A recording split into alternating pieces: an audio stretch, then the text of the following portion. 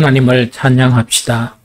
하나님께서는 그리스도 안에서 하늘에 속한 온갖 신령한 복을 우리에게 주셨습니다. 하나님은 세상 창조 전에 그리스도 안에서 우리를 택하시고 사랑해 주셔서 하나님 앞에서 거룩하고 흠이 없는 사람이 되게 하셨습니다.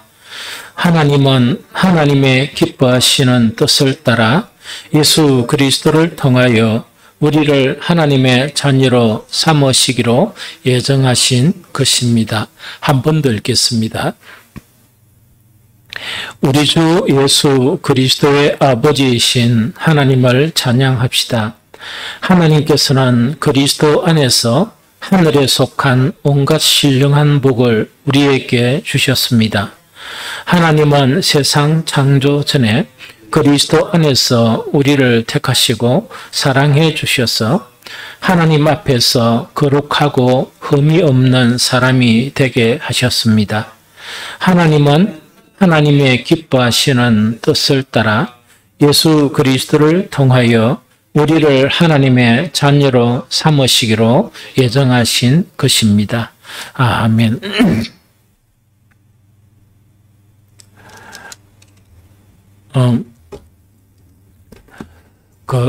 여호와 하나님께서 우리를 이제 구원하시거든요. 이 구원하시는데 우리가 하나님의 그런 구원의 목적, 그래서 무엇이 구원인가 하는 것에 대해서 명확하게 알지 못하면 우리는 그 진리의 그런 신앙을 이렇게 할 수가 없습니다. 그래서 오류를 범하고 또 시행착오를 범하고 하는 그런 일들이 우리에게 나타나게 됩니다. 오늘 읽었던 에베소서 1장 3절 5절에서는 하나님께서 우리를 구원한다 하는 것은 모두도 알고 있죠. 또한 이 땅에 사는 모든 그리스도인들은 믿음으로 구원을 얻는다 하는 이 절대 진리인 이 말씀을 모르는 사람이 아무것도 없거든요. 그런데 문제는 뭔가니까 하나님이 주시는 구원이 무엇이냐 하는 그것하고 우리가 원하는 구원이 무엇이냐 하는 것하고 차이가 생겨버리면 그 신앙생활은 왜 드는가 하니까 좀 이렇게 혼란스러운 그런 신앙생활을 할 수밖에 없다 하는 그런 부분이죠. 오늘 본문 말씀 중에 하나님께서 우리를 구원하신 그 구원은 어떤 것이냐 하는 것에 성경의 여러 가지 중에서 한 가지를 명확하게 하세요. 그래서 오늘 읽었던 에베소서 1장 3절 5절을 그 구원의 목적을 한 가지로 딱 이야기하면 거룩하고 흠이 없는 자녀, 즉 하나님의 거룩하고 흠이 없는 자녀가 되게 하는 것이 바로 하나님의 구원이다 하는 것을 명확히 하고 있습니다. 그래서 정말 이것은 대단히 중요한 우리 신앙의 그런 목표가 되어야 되고 또 우리는 이것을 인식하면서 이것을 향해서 나아가는 그런 믿음이 되어야 된다 하는 그걸 이야기했죠. 그러면 어떻게 해야 거룩하고 흠이 없는 하나님의 자녀가 되어져 가는가? 이 거룩하고 흠이 없는 자녀가 되어져 가려고 그러면 어떻게 이렇게 할 수 있겠느냐 하는 이것이 좀 어렵죠. 왜 어렵나 하니까 신구약 성경 다 읽어봐가지고 그것을 요약 정리하려고 하니까 시간이 상당히 많이 걸리거든요. 그런데 어떤 선교단체에서 이 거룩하고 흠이 없는 자녀가 되는 그런 조건 자체를 아주 요약해가지고 6가지로 딱 요약한 것이 있었어요. 그래서 그 6가지를 보게 되면 그 3가지 항목에 대해서 각각 2가지씩 이렇게 이제 요약을 했는데 한 가지는 뭐냐니까 우리의 의지 문제, 우리 속에 있는 의지 문제죠. 참 이게 힘들거든요. 우리 속의 의지 문제는 어떻게 해야 되는가 하면서 우리 의지 문제를 어떻게 하는가 내 자신을 부인하고 예수님을 주님으로 인정하는 거 그거를 이야기해요. 여기서 흔들릴 뿌리면 아무것도 안 된다는 그 이야기죠. 그런데 이 문제가 왜 중요한가? 이거는 대단히 중요한 문제예요. 예수님도 산산수훈에서 주여 주여 하는 자마다 다 하늘나라에 들어가지 못한다. 이렇게 예수님은 분명하게 말씀하시거든요. 그럼 이거는 어떤 이야기인가? 이런 이야기입니다. 예수님은 우리의 주님이십니다. 메시아십니다. 이래가지고 말은 이렇게 하는 거예요. 말은 하면서 신앙생활이나 우리가 살아가는 모든 문제에 대해서 주님을 제외시켜버려요. 주님을 제외시키면서 신앙생활도 뭡니까? 내 선택대로. 또 살아가는 것도 내 선택대로 이제 사는 거예요. 그래서 개중에는 어떤 사람이 있는 거니까 그래도 주를 위해서 일을 좀 하자 얘가 뭐 자기 나름대로 일을 많이 했죠. 그런데 그 산상수훈에서도 그 내용이 분명히 나와 있거든요. 우리 마지막에는 주님을 다 만나게 되는데 그때 주님 앞에서 이렇게 이야기하는 거예요. 내가 주를 위해서 이 일도 하고 저 일도 하고 엄청 많이 했지요. 이렇게 이야기하니까 주님께서 하시는 말씀이 나는 네가 그런 이야기를 일을 한 거를 전혀 모르겠다. 이렇게 이제 되어버리는 거예요. 그래서 이 의지적인 문제에서 우리는 일평생 동안 우리 자신을 부인을 하면서 예수 그리스도가 우리의 주님이시다 하는 그 신앙을 확고히 붙들어야 돼요. 이것을 확고히 붙들어야 되거든. 그래서 이것을 확고히 붙들지 않아도 우리는 예배 생활을 할 수가 있고 이것을 확고히 하지 않고도 우리는 선교 일도 할 수 있어요. 그런데 가장 중요한 것은 이것을 확고히 하면서 예배 생활을 해야 되고 이것을 확고히 하면서 이 세상도 살아가야 되고 또 뭐 이 기회가 되면 선교도 해야 되고 이래 해야 주님께서 정말 이렇게 인정하는 그런 신앙이 되어진다 하는 그 이야기입니다. 의지적인 관계 두 번째가 뭐냐니까 순종이에요. 그래서 순종 문제는 구약이나 신약에서 다루는 가장 중요한 문제예요. 우리는 주님을 이렇게 주여 이렇게 부르면서도 우리는 주님의 말씀에 순종하지 않으면 아무 의미가 없거든요. 그래서 의지적인 문제 두 가지는 뭐냐? 그 너희가 기도할 때나 주님을 부를 때 주여 하는 그것이 진실되게 해라. 진실되게 하라는 건 뭐냐? 예수님이 나에게 주님의 자리에 위치에 두고 그렇게 살고 그렇게 신앙생활하고 순간순간 살아가면서 정말 말씀에 순종하는 그런 삶을 살아라. 이렇게 살면은 어떻게 되는 거니까 정말 거룩하고 흠이 없는 하나님의 아들들로 변해간다 하는 그거를 이야기해요. 참 타당한 이론이라는 생각이 들어요. 그다음 두 번째는 뭐냐? 하나님과의 관계예요. 하나님과의 관계에서도 역시 두 가지가 필요하다. 한 가지는 뭐냐? 말씀과 한 가지는 기도의 삶이에요. 즉 말씀과 기도의 삶 이것이 원활하게 일어나야 뭐가 되는 거니까 정말 이렇게 이 하나님의 흠없는 그런 자로 거룩하고 흠없는 그런 자녀로 이렇게 변화되어져 갈 수 있다 하는 그거를 이야기합니다. 그럼 세 번째 항목은 사랑과의 관계거든요. 사랑과의 관계는 두 가지예요. 한 가지는 뭐냐? 성도 간의 교제예요.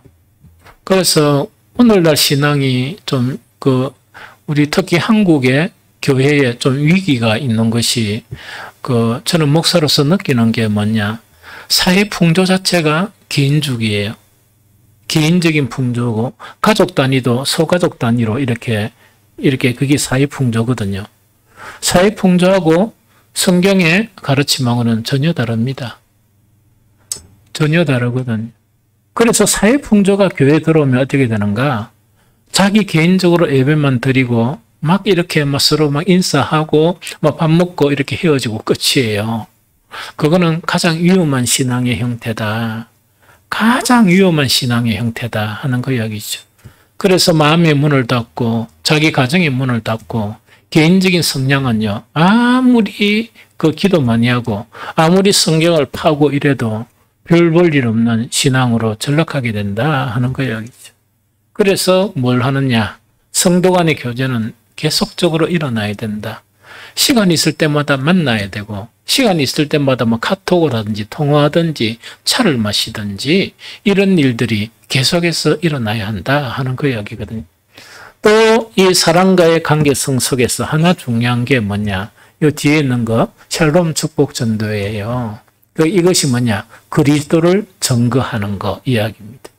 그래서 이 6가지 있죠. 6가지. 예수님의 주님 되심 또는 주님께 순종하는 거하고 말씀 생활, 기도 생활, 또 성도 간의 교제하고 그리스도를 증거하는 일 있죠.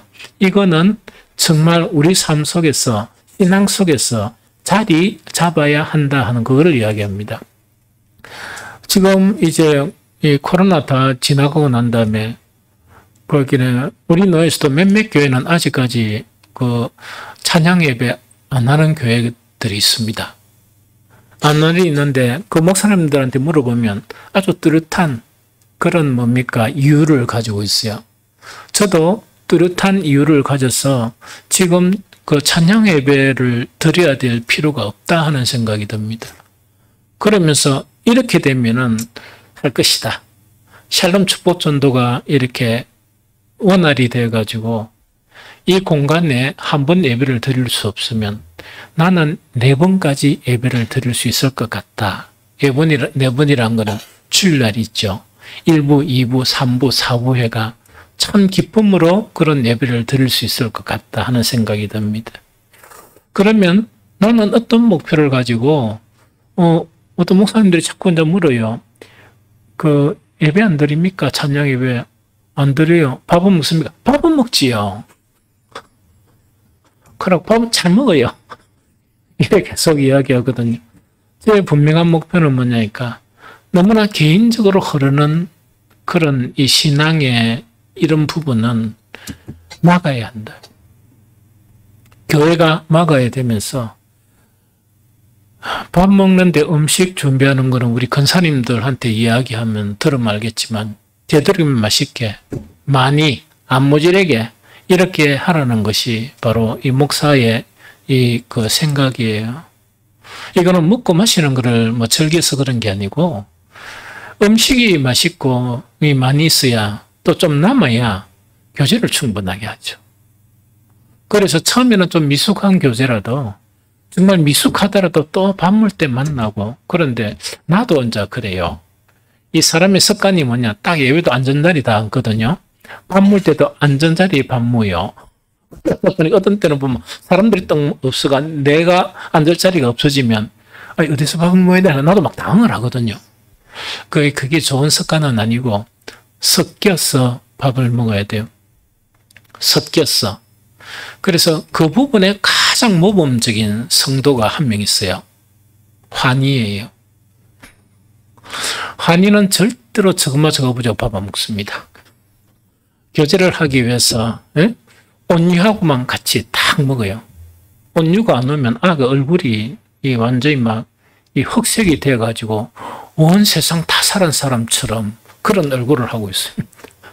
그래서 어쨌든 간에 뭔가니까 이 식사를 할 때는 뭔가 이렇게 되도록이면 이 사람 저 사람 그 다음에 그 이번 주까지만 그래 하고 다음 주까지는 나는 많이 안 늙었어요. 젊어요. 왜 그게 딱 해가지고 내 자리 그 끼어 있는가 모르겠다. 그죠? 그러면서 물론 애숙 씨가 옆에 앉아가 그래 좀 다행이다 싶어요. 흩어져 가지고 아이들하고도 먹고 뭐 자리도 좀 바꾸면서 먹고 그래서 이런 저런 이야기를 계속 하다 보면 정말 주님이 도와주시면 그런 목표를 가지면 즉 우리가 성도 간의 교제는 신앙에서 가장 중요하다. 가장 중요한 6가지 부분 중에 하나다. 이런 목표를 가지게 되면 왜 되는가니까 우리가 점점 정말 흠이 없고 거룩한 하나님의 아들로 바뀌어서 가요. 그래서 앞으로 몇 년간은 찬양 예배 드릴 의사가 없습니다. 저는 없습니다. 그런데 만약에 목사님 딴 교회 다 2번 하는데 합시다 하면은 저녁 7시 반에 예배를 드릴게요.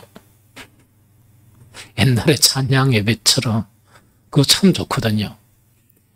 찬양이란 거는 저녁에 착 이렇게 드려야 찬양 예배지 낮에 밥 먹고 나서면 졸면서 드리는 게 찬양 예배 아니에요.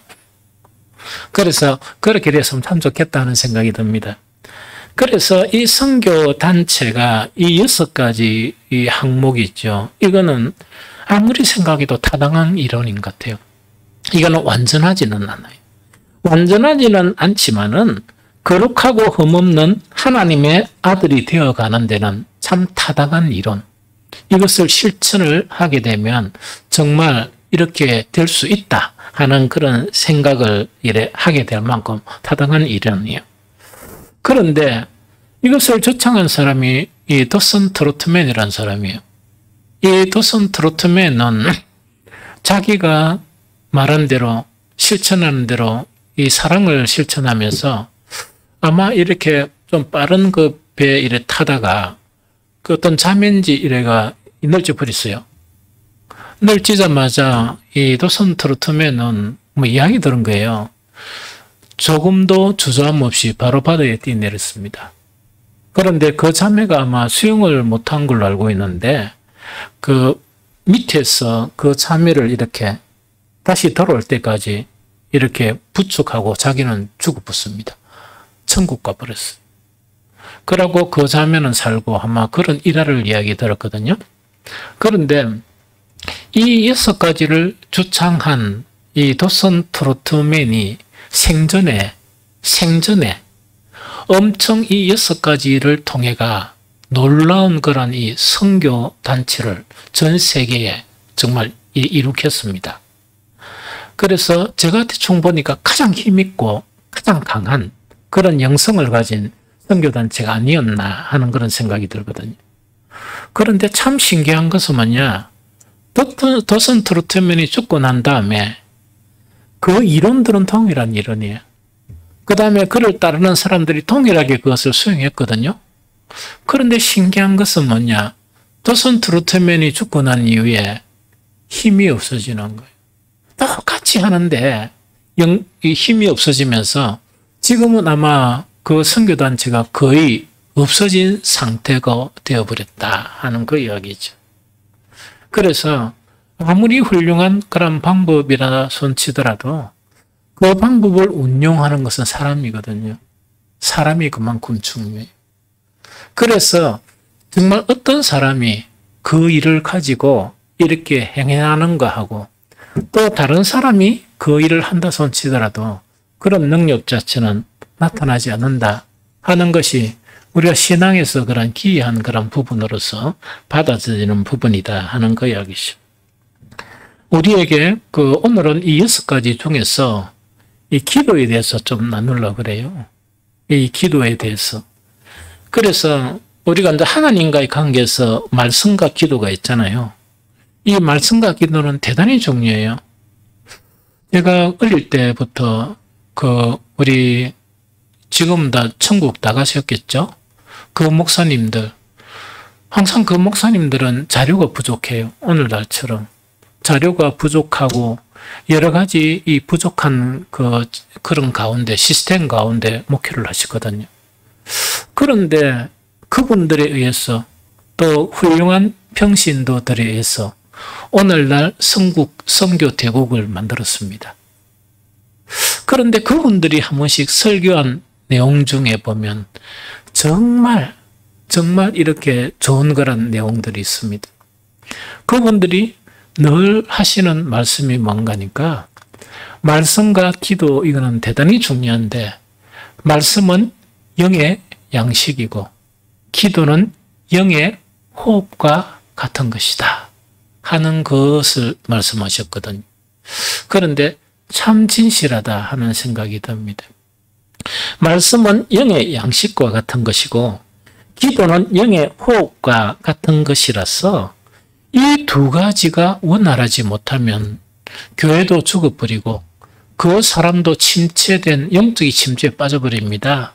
빠져버리고 아무런 능력 자체가 나타나지 않는다 하는 그런 부분이죠.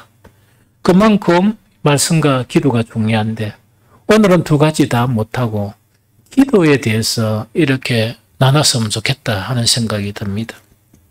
오늘 기도에 대해서 나누는데 누구의 기도냐 하니까 사무엘도 아니고 바울도 아니고 오늘 제가 택한 사람은 다윗이에요. 오늘은 다윗의 그런 기도를 보면서 우리가 좀 귀한 교훈을 받았으면 좋겠다 하는 그런 생각이 듭니다. 우리가 다윗 생각하면 싸움 잘하고 전쟁 잘하는 사람만로 알고 있거든요. 그런데 다윗의 그런 시편을 쭉 읽어보면 탁월한 기도의 사람이었어요. 아주 대단한 그런 기도의 사람이었거든요. 그래서 정말 어떻게 다윗은 대단한 기도의 사람이냐? 그의 시편 중에 기도에 대한 이 시편이 상당히 많아요. 상당히 이제 많은데 그것을 증거를 합니다. 그런데 그것을 다 다루려 그러면 시간이 너무나 오래 걸리니까 오늘은 우리 어떤 내용인가 하니까 시편 그런 4편이거든요. 시편 4편은 이 다윗의 그런 기도인데 그 사람들이 어떻게 제목을 붙였냐 하니까 저녁기도라고 부르는 제목을 붙였어요. 그 시편 4편 자체를 다윗의 저녁기도 이렇게 이제 제목을 붙였거든요. 그런데 이 시편 4편에 나타난 내용만 그것도 상세하게 다는 못 다루고 중요한 내용이 있죠. 이것을 다루면서 우리가 다시금 기도로 이렇게 강해서 가는 이 다시금 잠자는 상태 아닌 깨어서 기도하는 그런 우리 성도들이 되었으면 좋겠다 하는 그런 생각이 듭니다. 제일 첫 번째로 이 다윗의 기도에 그런 특이한 점이 있습니다. 이 다윗의 그런 기도를 보면 하나님은 의인의 기도를 들으신다 하는 그 이야기예요. 하나님은 의인의 기도를 들으신다 하는 것 자체가 다윗의 기도 중에서 가장 특징이 있는 그런 기도이다 하는 이야기죠. 시편 4편 1편을 우리 함께 읽어보도록 합니다. 시편 4편 1편. 자, 시작. 내 의의 하나님이여 내가 부를 때에 응답하소서. 곤란 중에 나를 너그럽게 하셨사오니 내게 은혜를 베푸사 나의 기도를 들었소서. 아멘. 한 번 더 읽어봅니다. 시작. 내 의의 하나님이여 내가 부를 때에 응답하소서. 곤란 중에 나를 너그럽게 하셨사오니 내게 은혜를 베푸사 나의 기도를 들었소서. 여기서 시편 4편 1편에서 이 다윗은 기도할 때 하나님을 부르면서 어떻게 부르는가 하니까 내 의의 하나님 이렇게 부르게 돼요. 그럼 이건 어떤 의미인가 하니까 다윗은 하나님께 기도할 때 가장 먼저 생각하는 것이 의의 문제였어요. 의의 문제였거든요. 그래서 보통 사람들이 생각 안 하는 그 의의 문제를 가장 이렇게 많이 생각을 했습니다. 그러다 보니까 내 의의 하나님이여 하면서 다윗은 이래 시작을 합니다. 그런데 이것은 어떤 의미일까 하면 다윗의 생전에 보면 다윗만큼 대적자들이 많이 만나는 사람은 없어요. 그것도 그럴 수밖에 없죠. 왜냐니까 목동에서 뭐가 됩니까? 왕이 되죠. 왕이 되는 그런 가정 속에서 정말 가만히 사람들이 내버려 두겠습니까? 절대로 내버려 두지 않죠. 그래서 다윗만큼 이 대적자들이 상당히 많은데 문제는 뭐냐? 다윗의 대적자들은 이방 민족들입니까? 안 그러면 같은 민족입니까? 이방 민족은 소수고 대부분 같은 민족입니다. 그러면 문제는 뭐냐니까 다윗도 뭐예요? 하나님께 기도하겠죠. 다윗을 죽이려 하는 그런 사람들도 누구한테 기도하겠습니까? 내가 이제 출정을 하는데 반드시 이번에 다윗을 잡아 죽이게 해주소서 이렇게 기도하겠죠. 두 가지 기도가 나오는 거예요. 좀 이해가 되죠? 그래서 기도가 이제 나오게 되는데 이 기도에 대한 응답이 다르게 나타나요. 다르게 나타납니다. 그런데 그거는 어디에 나온 거니까 시편 18편 있죠. 18편은 어떤 내용인가 하니까 이 다윗이 막 여러 가지 환난 가운데서 그 대적자들과 막 싸우면서 이제는 대적자들이 완전히 물러쳤어요. 이제 사울 왕이 거의 죽게 되고 다윗이 어떻게 된다? 곧 왕이 되는 그 시점에서 이 시편, 그 시편을 쓰게 되는데 그 쓴 시편이 18편이라. 그 시편 18편을 보게 되면은 어떤 내용이 나오는가 하니까 다윗의 기도와 그 대적자들의 기도가 나와요. 참 신기하죠? 다윗도 기도하고 누구도 기도합니까? 그 대적자들도 기도하잖아요? 그 기도하는 내용이 이렇게 쭉 나오면서 어떤 내용인가? 다윗의 기도는 하나님이 들으시는데 그 대적자들의 기도는 다윗이 딱 보니까 듣는다, 넣는다, 안 넣는다는 그런 내용이거든요. 그럼 그것을 우리가 이제 살펴보면 알거든요. 제일 먼저 이 모든 대적자들을 물리치고 난 다음에 다윗의 그런 고백을 봅니다. 시편 18편 6절에서 7절 전반입니다. 시편 18편 6절에서 7절 전반 같이 읽어봅니다. 시작. 내가 환난 중에서 여호와께 아뢰며 나의 하나님께 부르짖었더니 그가 그의 성전에서 내 소리를 들으시며 그의 앞에서 나의 부르짖음이 그의 귀에 들렸도다. 이에 땅이 진동하고 산들의 터도 요동하였으니 이렇게 되어 있습니다. 그 뒤에 읽어보면 더 충격적이죠. 그럼 요거는 이제 뭔가니까 환난이라는 것은 대적과 늘 경쟁하면서 대적과 늘 그런 속에서 이렇게 이제 살아가는 거예요. 이 살아가는데 그런 상황 속에서 이 다윗이 하나님께 기도했다는 이야기죠. 기도를 딱 하니까 그 기도의 응답이 그의 성전에서 내 소리를 들으시며 그의 앞에서 나의 부르짖음이 누구한테? 하나님의 귀에 이래 들렸다 하는 그 이야기죠. 그런데 그 뒤에 보면 아주 충격적이에요. 기도 응답이 어떻게 얼마만큼 강하게 나타나는가?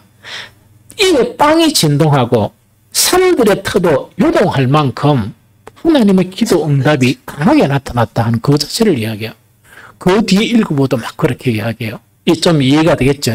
그럼 이렇게 하는데 이와 대비해서 자기의 대적자들의 기도는 어떻게 되는가? 이 시편 내나 18편에서 보면 그 대적자들의 기도가 나오는데 시편 18편 41절을 봅니다. 시편 18편 41절 우리 함께 읽고들 합니다. 시작. 그들이 부르짖으나 구원할 자가 없었고 여호와께 부르짖어도 그들에게 대답하지 아니하셨나이다. 한 번 더 시작. 그들이 부르짖으나 구원할 자가 없었고 여호와께 부르짖어도 그들에게 대답하지 아니하셨나이다. 그러니까 이거는 뭐냐? 다윗이 기도할 때는 뭡니까? 강력한 하나님의 기도의 응답이 나타나고 다윗의 대적들이 기도할 때는 하나님이 침묵하셨다 하는 그거를 이야기합니다. 이 참 그래. 이것이 일어났다. 이것이 뭐냐니까 그 숱한 대적들 간의 그런 경쟁이 다 지나고 이제 왕으로 딱 이렇게 이제 등극하기 전에 다윗이 고백한 내용이에요. 그러면은 차이가 무엇이냐 하는 이야기입니다.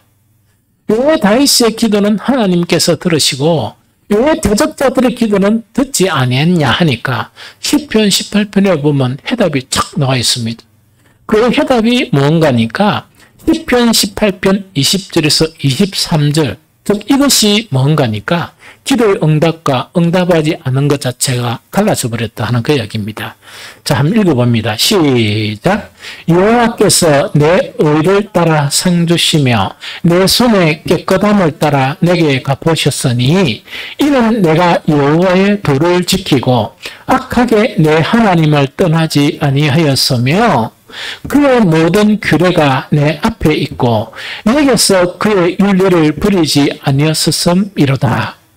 또한 나는 그 앞에 완전하여 나의 제약에서 스스로 자신을 지켰나니 요거다 그죠? 그러면 이게 뭐냐니까 이 다윗이 모든 대적자들과 그 관계에서 물리치고 이제 왕으로 등극하면서 고백한 내용이 뭐냐?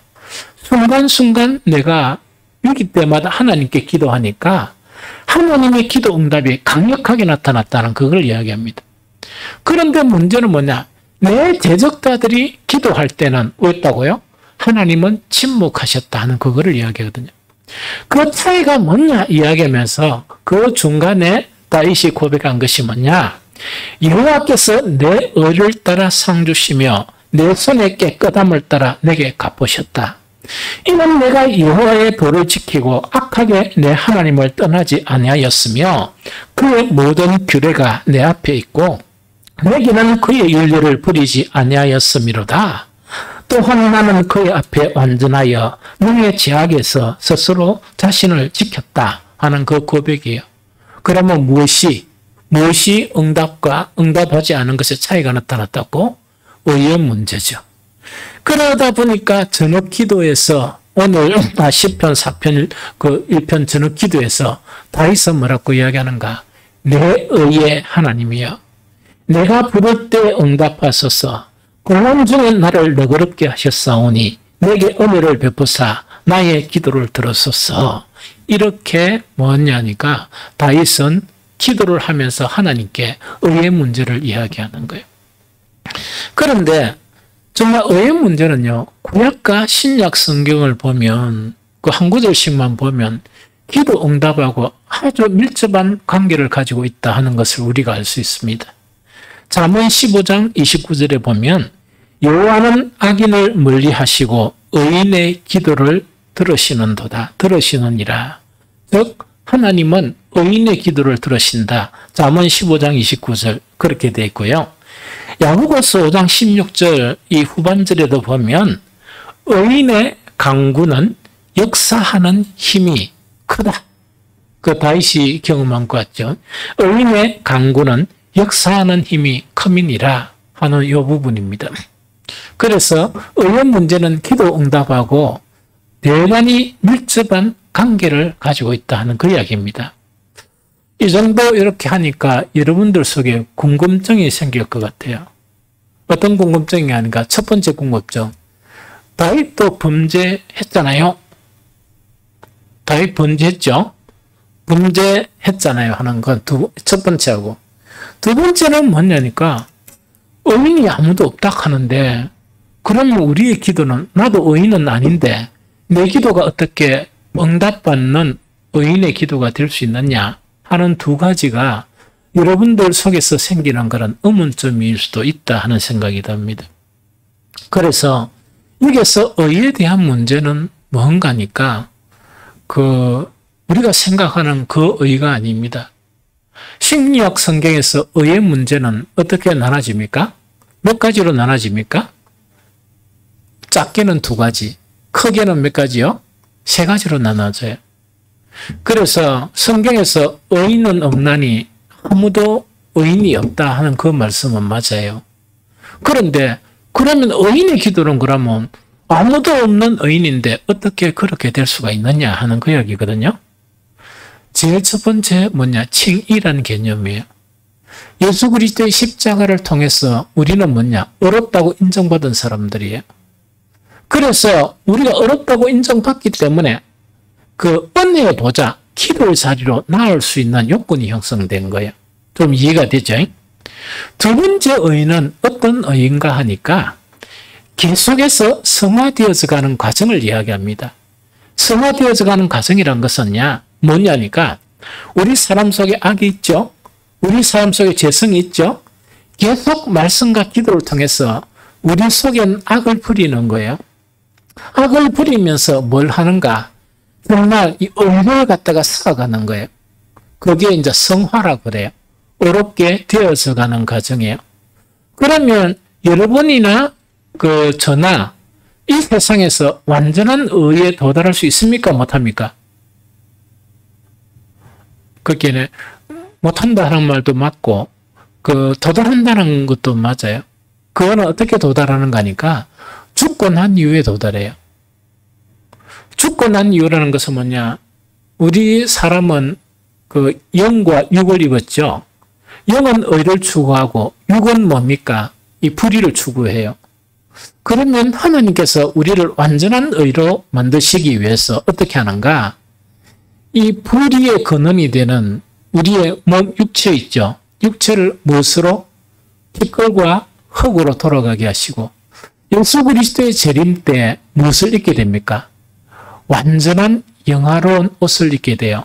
그러면 완전한 의에 도달합니까? 안 합니까? 도달하죠. 그래서 천국 갈 수 있는 거예요. 천국은 불의한 사람이 아무도 없습니다.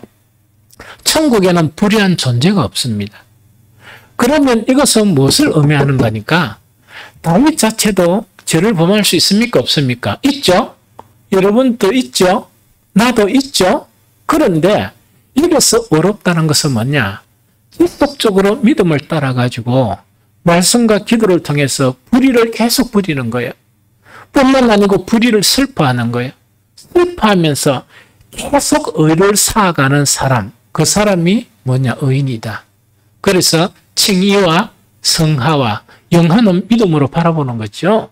이런 그 의를 가진 사람이 의인이다 하는 것 자체가 성경에 나타난 의이고, 그 다음에 다윗이 이야기하는 것은 그런 개념하고 좀 달라요. 이 다윗이 시편에 보면 이 그리스도에 대한 부분이 나와요. 나오지만은 그런 부분이 아닌 것 같고, 이 다윗의 의는 뭡니까? 앞에 하나님의 말씀을 내 앞에 두고 계속 말씀을 지키고 하는 그 행위 있죠. 그 행위 자체를 의로운 행위라 일컬는다 하는 그 이야기입니다. 그래서 기도와 말씀은 아주 밀접한 관계가 있다. 그럼 응답받는 기도는 뭐냐? 계속 말씀을 가까이 하면서 그냥 말씀을 이 종교생활 형태로서 하지 아니하고, 이 말씀을 통해서 계속 무엇이 되려고 내 불의를 버려가고 하나님의 의를 쌓아가는 그런 가정의 형태가 되는 것이 바로 의롭다고 인정받는 그런 부분이다 하는 그 이야기죠. 이렇게 살아가는 사람은 뭐냐니까 하나님께서 그 사람의 기도를 들으신다 하는 것이, 하나님은 의인의 기도를 들으신다. 그 다음에 다윗이 뭡니까? 내 의의 하나님이요 하는 거 있죠. 그것하고 이 일맥상통하다 하는 그 이야기죠. 지금은 참으로 혼돈된 세대에 살고 있습니다.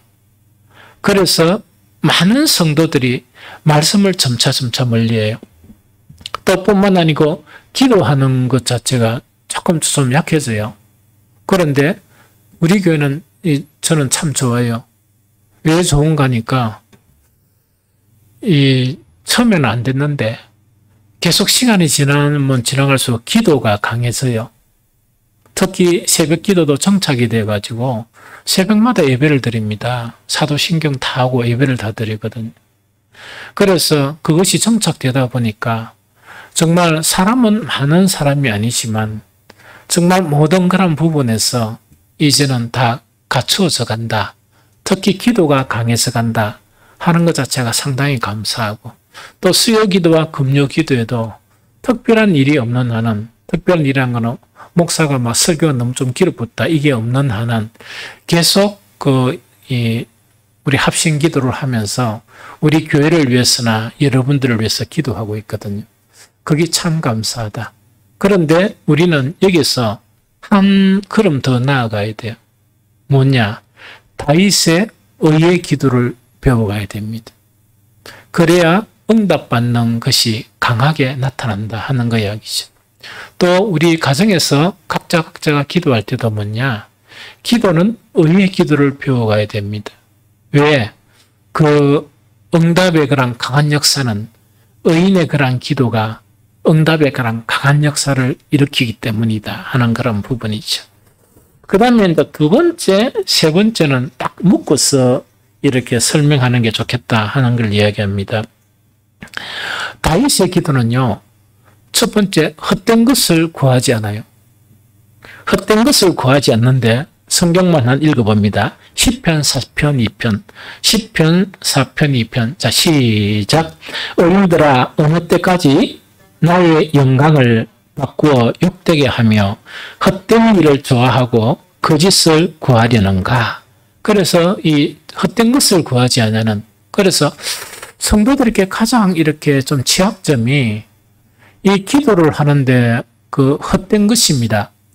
하나님은 우리에게 하나님의 영광을 주시려 하고 생명을 주시려 하고 그런 걸 주시려 하는데 하나님은 헛된 것을 잘 못 주세요.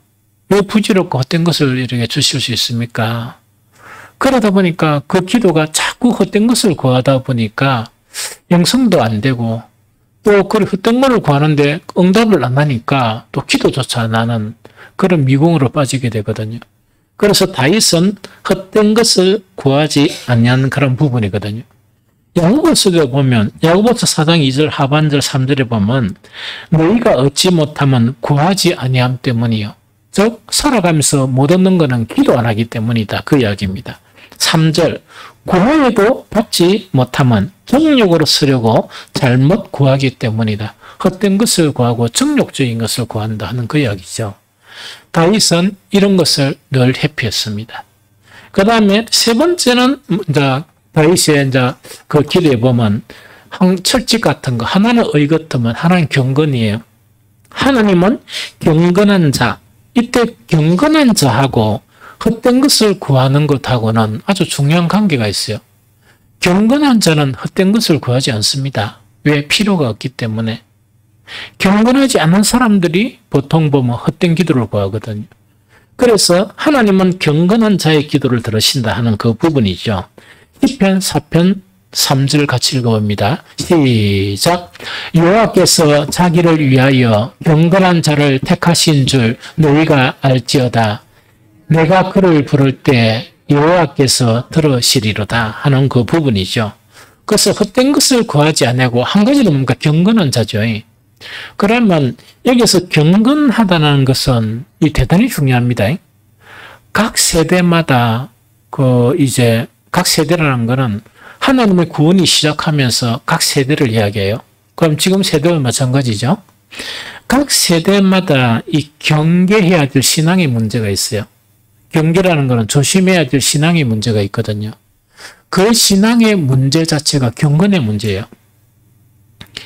각 세대마다 경계해야 될 신앙의 문제가 이 경건의 문제거든요. 지금 오늘날 우리들에게도 경계돼야 될 신앙의 문제가 이 경건의 문제입니다. 그러면 경건의 문제인데 이 경건의 문제가 왜 이렇게 문제가 되는가 하니까 사탄은요 반쪽 경건만 하게 만들어요. 그러나 하나님과 성령께서는 우리가 온전한 경건을 하게 만들어요. 그럼 그 내용이 뭐냐니까 그 바울이 디모데한테 말한 그 내용이에요. 경건의 모양은 있으나 경건의 능력은 부인하니 이 같은 자들에게 내가 돌았으라 하는 그거를 이야기하거든요. 그러면은 경건은요, 경건의 모양과 경건의 뭡니까? 능력 두 가지가 구비돼야 돼요. 그게 참 경건이에요. 하나님께서 들으시는 기도는 경건한 자인데 경건한 모양만 있고 경건의 능력은 부인해버리는 그 기도를 아무리 해도 필요가 없어요. 좀 이해가 되죠? 그러면 여기서 경건의 능력이 뭐냐 하는 그거를 이야기하거든요. 경건의 능력 자체는 거룩하고 흠이 없는 자녀가 될 수 있는 경건이에요. 그런 능력이 있는 경건이에요.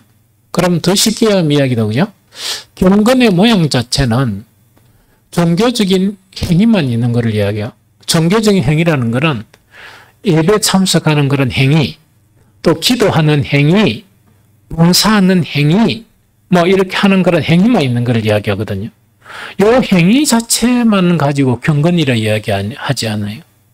그러면 예배를 통해서 뭐가 되어야 됩니까? 이 하나님의 사람처럼 거룩하고 흠이 없는 자처럼 바뀌어야 되겠죠? 말씀 생활을 통해서 그렇게 바뀌어야 되죠? 또 내 기도 생활을 통해서 그렇게 바뀌어야 되죠?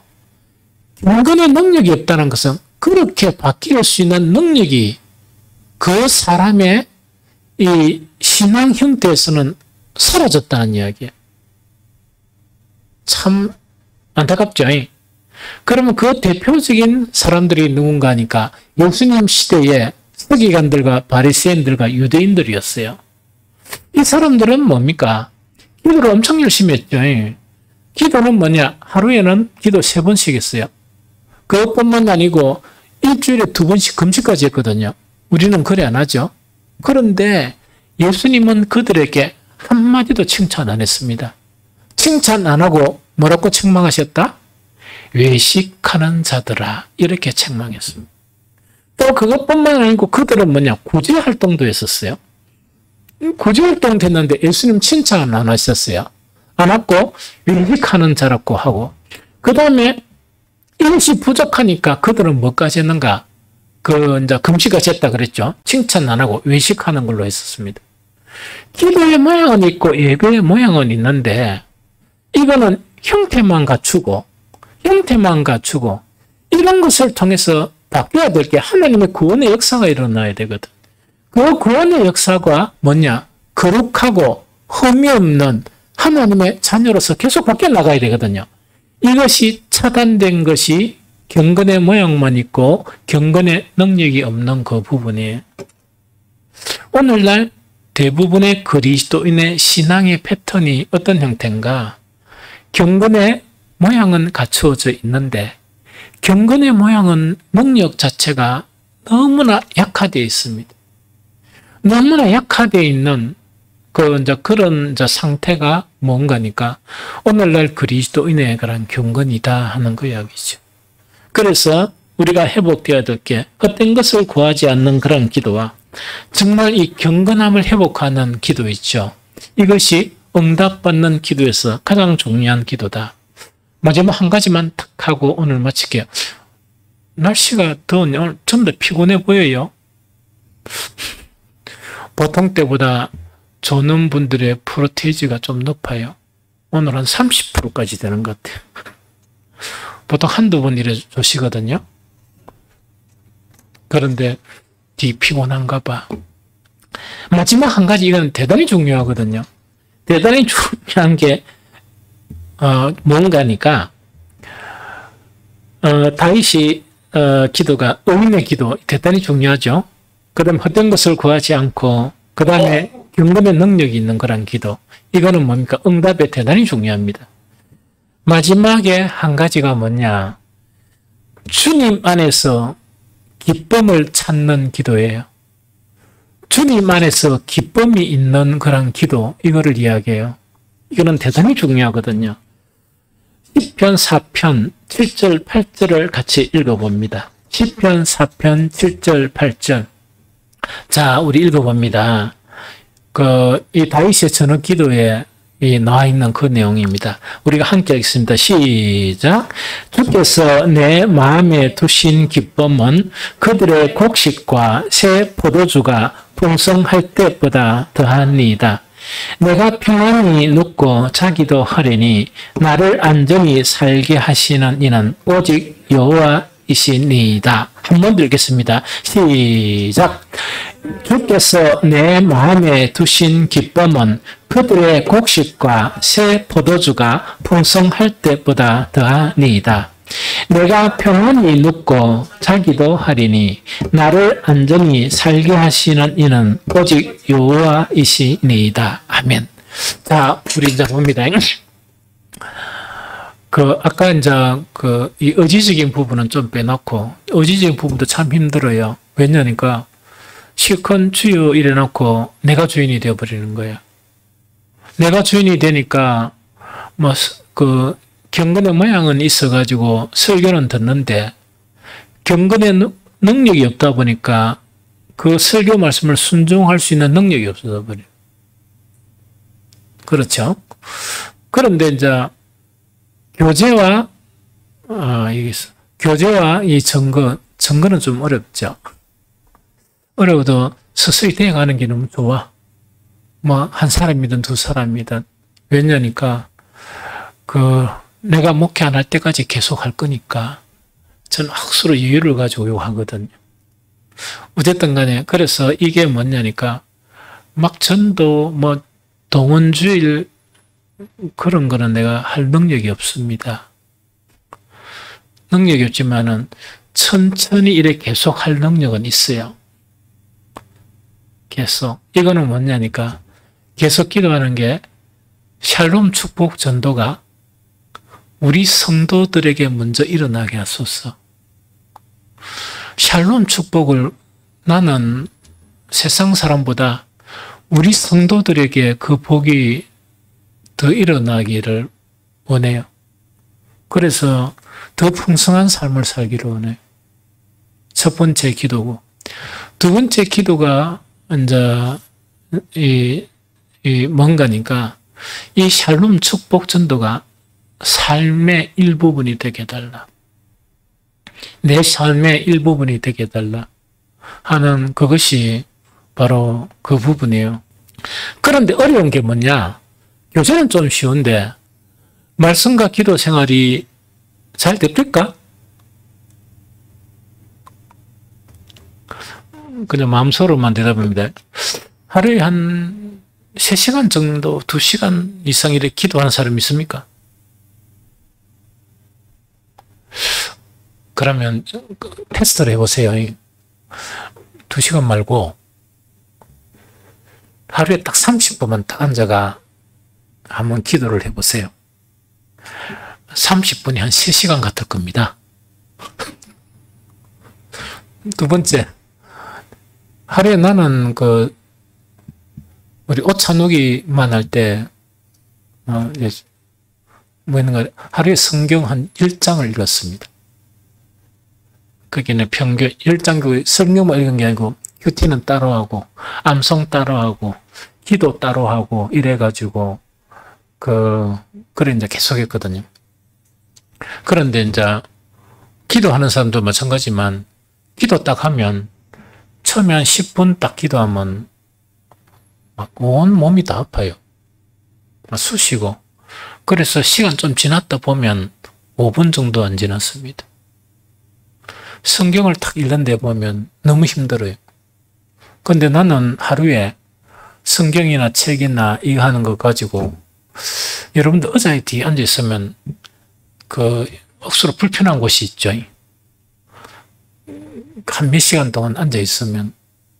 그런데 몇 시간 동안 앉아 있으려고 그러면 막 기도 따로 또 앉아 있어야 되지. 이 앉아 있으면 엄청 힘들죠. 그래서 못 하는 거예요. 재미나는 일이면 할 수 있지. 그렇죠?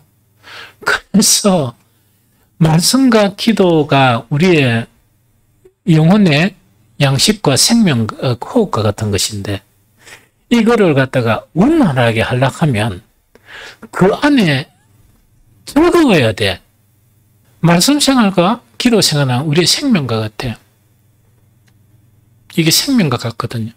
이 생명과 같기 때문에 이것을 하려고 하니까 뭐가 됩니까?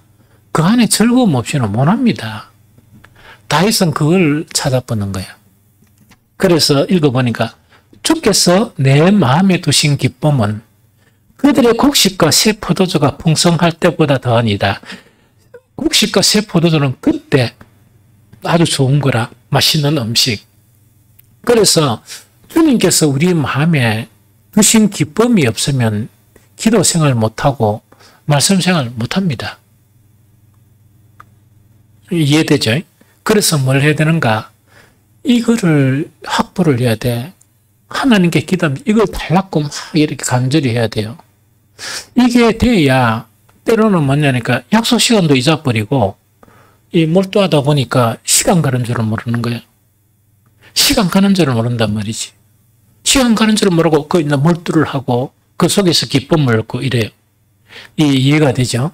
그래서 이것을 확보를 해야 기도와 말씀 생활을 할 수 있다.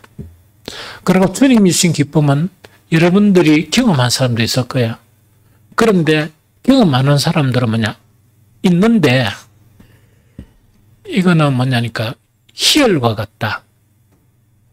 그 기쁨 자체가 너무나 강렬해가지고 그러고 어떤 데는 순식간에 이게 뭡니까? 막 기도하는데 뭔가 성광처럼 이렇게 어떤 깨달음이 있는데 내 영혼 전체를 성광처럼 이렇게 흔들어 버리고 심지어는 아침 묵상하는 거 있죠. 묵상 때가 충격을 탁 받는데 충격을 받은 성경 구절 한 구절 자체가 몇 개월을 힘있게 살게 하는 거야. 이 말씀과 기도 생활 자체는 이런 기쁨이 없이는 안 되고 그런 기쁨은 충격적입니다. 음식은 먹어도 하루 이상 못 갑니다. 그런데 영의 양식을 먹으면 몇 개월 동안 양식이 돼요. 그런 거를 경험해야 돼. 기도하면서 얻는 기쁨 자체는 우리가 세상 살면서 얻는 기쁨은 잠시 없어집니다. 그런데 기도하면서 얻는 기쁨, 어떤 때는 일평생 동안 나를 지탱해주는 그런 역할을 하게 되는 게 주님 안에서 있는 기쁨이에요. 여기서 눈을 못 뜨면 강요를 해야 돼. 그래서 제가 보통 여러분들께 기도하시라 혹은 성경 보시라 이런 걸 강요를 안 하잖아요. 전도 해도 강요를 안 하거든. 어떤 목사님들 동원했는데 몇 명 온 거 알아요? 우선 어렵게 나왔어. 이거 내가 같이 시작하는 사람. 그런데 나는 우선 살 돈 없어요. 이래가 안 한단 말이지. 안 하고 지금 하는 게 좋아. 지금 하는 게 좋다는 이야기. 그래서 왜 되는 거니까 정말 이런 기쁨이 없이는 이 모든 것을 할 수가 없어. 이 기쁨을 확인하고 그 다음에 그 기쁨 가운데 이제 기도 생활이 되죠. 또 말씀 생활이 되고 균형 있는 생활이 되면 얻어는 거니까 가장 중요한 이런 역사가 일어나는데 내가 평안히 눕고 자기도 하리니 나를 안전히 살게 하시는 이는 오직 누구시라? 샬롬이 일어나는 거예요. 아주 평강이 나를 지배하는 거야. 이 무슨 말 이해됩니까? 이거를 경험해야지. 그래서 이걸 경험하면서 우리 모든 성도들이 뭐냐니까 그 기도를 조금 더 이렇게 지금 하는 것보다 강화됐으면 좋겠어요. 기쁨이 없이도 시작하다 보면 기쁨이 생겨. 그러니까 기도를 조금 이렇게 강화를 했으면 좋겠어. 그래서 기도도 여러분들의 삶이 되었으면 좋겠습니다. 말씀 생활도 여러분들의 삶이 되고 이렇게 되면 이 샬롬의 복이 우리를 이끌어간다. 우리의 인생을. 정말 이런 기도의 사람이 되시기를 예수 그리스도 이름으로 축복합니다.